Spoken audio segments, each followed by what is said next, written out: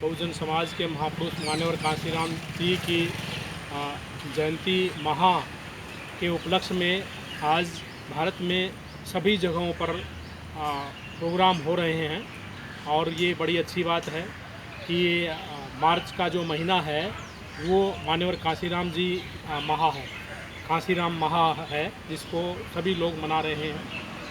इधर तुगलकाबाद में Ambedkar front, mission Ambedkar front के संयोजक माननीय लखपत सिंह जी भी संडे को प्रोग्राम रखे हुए हैं और कल पूरी दिल्ली में और पूरे भारतवर्ष में जगह जगह पर मान्यवर कांशीराम जी की याद में प्रोग्राम हुए। मूल निवासी बहुजन समाज जो है, यहाँ जो अल्पजन जो समाज है, उनको हराने के लिए खूब कमर कसे हुए हैं, लेकिन जो हिंदूवादी मनुवादी जो लोग हैं, जो चुटकी भर जो लोग हैं, वो ईवीएम का सहारा लेकर के और दूसरे हथकंडों का सहारा लेकर के यहाँ पर मूल निवासी बहुजन समाज को सत्ता से दूर रखे हुए हैं, लेकिन वो ज़्यादा दिन कर नहीं पाए। मूल निवासी बहुजन समाज के लोगों से गुजारिश है कि वो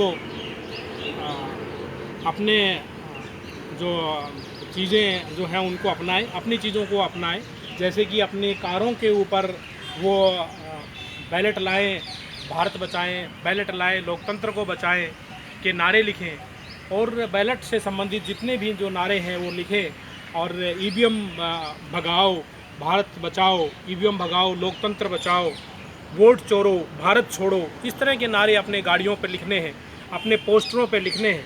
बहुजन समाज पार्टी के बहुत सारे जो उम्मीदवार हैं वो आज अपने पोस्टरों पर लिखने लग गए हैं कि भारत में बैलेट नहीं तो चुनाव नहीं और बैलेट से चुनाव होना चाहिए। जो यहाँ पर चुटकी भर जो पार्टियाँ हैं, हिंदूवादी मनुवादी पार्टियाँ हैं, जो यहाँ भगवान देवता का जो झुंझुना बनाती हैं, वो लोग यहाँ पर अगर उन्होंने जीतना ही है, थम्पिंग मेजोरिटी से जीतना है, तो उनको बैलेट से उनको क्या तकलीफ़ होती है? बैलेट से भी वो जीत सकते हैं। लेकिन इस विषय में ना तो सुप्रीम कोर्ट कुछ बोलेगा, जबकि वो इस तरह के अपने निर्णय दे चुका है कि 8 अक्टूबर 2013 में उसने निर्णय दिया है कि भाई जो बैलेट से ही फिर चुनाव होएगा। उसके बावजूद भी वो जो लोग हैं वो यहाँ पर काउंटिंग नहीं करते हैं। ये कैसा चुनाव है कि आपने वीवीपीटी के डब्बे लगाए हुए हैं और एक भी डब्बे को आप कैंडिडेट का जब जीत डिक्लेयर करते हैं तो एक भी डब्बे की काउंटिंग नहीं करते हैं। ये शर्म की बात है कि आप काउंटिंग ईवीएम की करते हैं और आपने वीवीपीटी मशीनें सभी जगह पे लगाई हुई। ये बहुत शर्म की बात है और भारत के अंदर इस तरह की जो जादूगरी है, जो विदेशी आर्य लोग आए हुए हैं, मिडल ईस्ट से आए हुए हैं, ये आर्य लोग काफ़ी वर्षों से कर रहे हैं। इनको अभी नंगा करना होगा और इसके लिए ज़रूरी है कि मूल निवासी बहुजन समाज को अपनी चीज़ों को अपनाना होगा।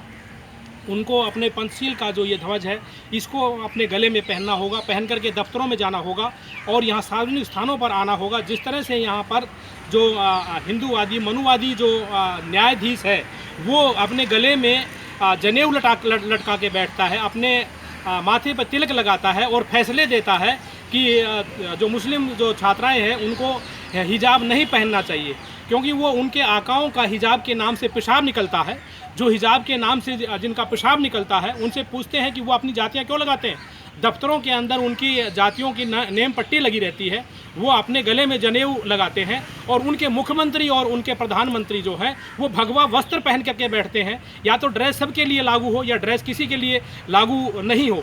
जो कर्नाटक हाई कोर्ट के अंदर जिस न्यायाधीश ने यह फैसला दिया है, वो न्यायाधीश खुद अपनी जाति लगाता है और वो न्यायाधीश यहाँ अपना तिलक लगाता है और जनेऊ पहनता है। तो इस तरह की दोगली जो चरित्र है वो नहीं चलेगी। तो मूल निवासी बहुजन समाज के लोगों को अपने घरों पर अपने महापुरुषों के जो है चित्र लगाने होंगे, अपने घरों पर पंचशील का झंडा लगाना होगा, अपनी गाड़ियों पर अपने महापुरुषों के चित्र लगाने होंगे। मान्यवर कांशीराम जी हैं, बाबा साहब डॉक्टर अम्बेडकर हैं, कबीरदास, संत कबीरदास, ये लोग जब अपने गाड़ियों के ऊपर इस तरह से अपने महापुरुषों के चित्र लगाएंगे तो बहुजन समाज का माहौल बनेगा और बहुजन समाज जो है वो उसके अंदर उत्साह आएगा। और ये चूहे जैसे जो लोग हैं, जिनकी संख्या यहाँ पर कुछ नहीं है, जो कि इस कहावत को चरितार्थ कर रहे हैं कि हाथी काटे सजा और गीदड़ लूटे मजे वाली बात हो रही है, तो इसके लिए मूल निवासी बहुजन समाज अपने आप को ये सब चीज़ों से अपने आप को तैयार कर सकता है। और जितनी भी जनरल की जो सीटें हैं उनके ऊपर वो अच्छी से लड़ सकते हैं, क्योंकि वो अपने चमचों को खूब सहारा देता है।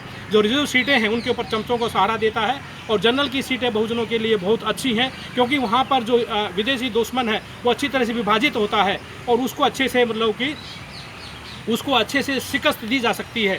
क्योंकि जनरल सीटों के ऊपर सभी स्थानों पर मूल निवासी बहुजन समाज के जो लोग रहते हैं, और जब मूल निवासी बहुजन समाज के लोग रहते हैं तो उनको जनरल के लोगों को सीटें नहीं देनी चाहिए। इससे रिजर्वेशन भी खत्म हो जाएगा, पॉलिटिकल रिजर्वेशन खत्म हो जाएगा, जो कि यहाँ पर हिंदूवादी मनवादियों की चाहत रही है और हमारे मूल निवासी बहुजन समाज के महापुरुष हैं उनकी भी चाहत रही है। तो इसलिए जनरल सीटों पर तैयारी करनी चाहिए। और आने वाला जो एमसीडी का चुनाव है और जो गुजरात का चुनाव है और जो भी भारत के अंदर जितने भी चुनाव होते हैं, मौके आते रहते हैं। माननीय काशीराम जी कहते थे कि भाई मौके आते रहते हैं, मौके की तलाश में रहना चाहिए और मौके का पूरा फ़ायदा उठाना चाहिए। इसलिए मूल निवासी बहुजन समाज को अपने आप को तैयार करना होगा।